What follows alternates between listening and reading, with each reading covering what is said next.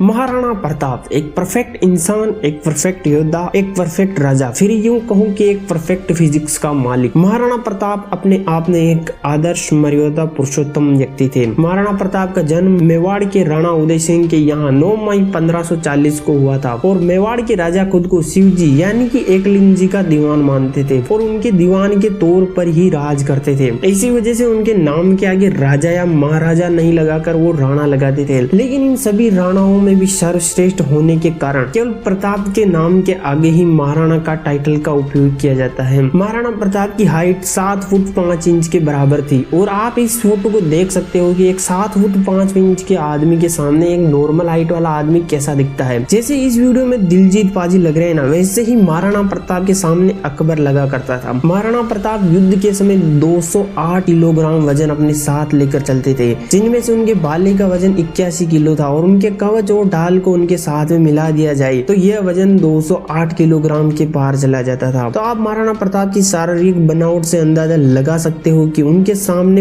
Akbar 1-to-1 fight में कितनी देर टिक पाता। महाराणा प्रताप के बाजू में इतनी ताकत थी कि उन्होंने दिवेर के युद्ध में बहलोल खान को एक ही वार में घोड़े सहित 2 भागों में काट दिया था। महाराणा प्रताप का जो घोड़ा था उसका नाम चेतक था और चेतक भी आम घोड़ों के मुकाबले खास था क्योंकि वह महाराणा प्रताप के समेत 360 किलोग्राम वजन खुद पर लेकर चलता था। और आप में से कईयों ने चेतक का नाम ही सुना होगा, लेकिन आपको यह नहीं पता होगा कि महाराणा प्रताप के पास चेतक के अलावा 2 और घोड़े थे। एक का नाम एटक और दूसरे का नाम त्राटक था और चेतक का असली नाम भी चेटक था, न कि चेतक। जहाँ पर ज्यादातर राजाओं की प्रजा अपने राजा से नाखुश रहती थी, वहीं महाराणा प्रताप अपनी प्रजा के साथ में घुल मिलकर रहते थे। और यही वजह है कि हल्दी घाटी के युद्ध के बाद भामाशाह ने महाराणा प्रताप की मदद की थी। महाराणा प्रताप जातिगत भेदभाव में विश्वास नहीं करते थे, इसलिए उन्होंने भील सरदार पुंजा को अपने नाम के आगे राणा टाइटल लगाने को कहा, जो कि मेवाड़ राज्य के राजपूतों का टाइटल था। और पहले के जमाने में सेना को 2 भागों में बांटा जाता था। राजा के आगे रहने वाली सेना को हरावल सेना कहा जाता था और जो सेना राजा के पीछे रहती थी उसे चंद्रावल सेना कहा जाता है और बीच में राजा और उसका प्रधानमंत्री रहता था। और इन दोनों सेनाओं को लीड करना एक ऑनर की बात होती थी जो हर किसी को नहीं मिलता था। पहले इसको लीड करने के लिए आपस में लड़ाइयां तक होती थी और कई मरते भी थे। और महाराणा प्रताप ने चंद्रावल सेना का हेड भील सरदार राणा पुंजा को बनाया था और साथ ही मेवाड़ के फ्लैग में भी एक तरफ राणा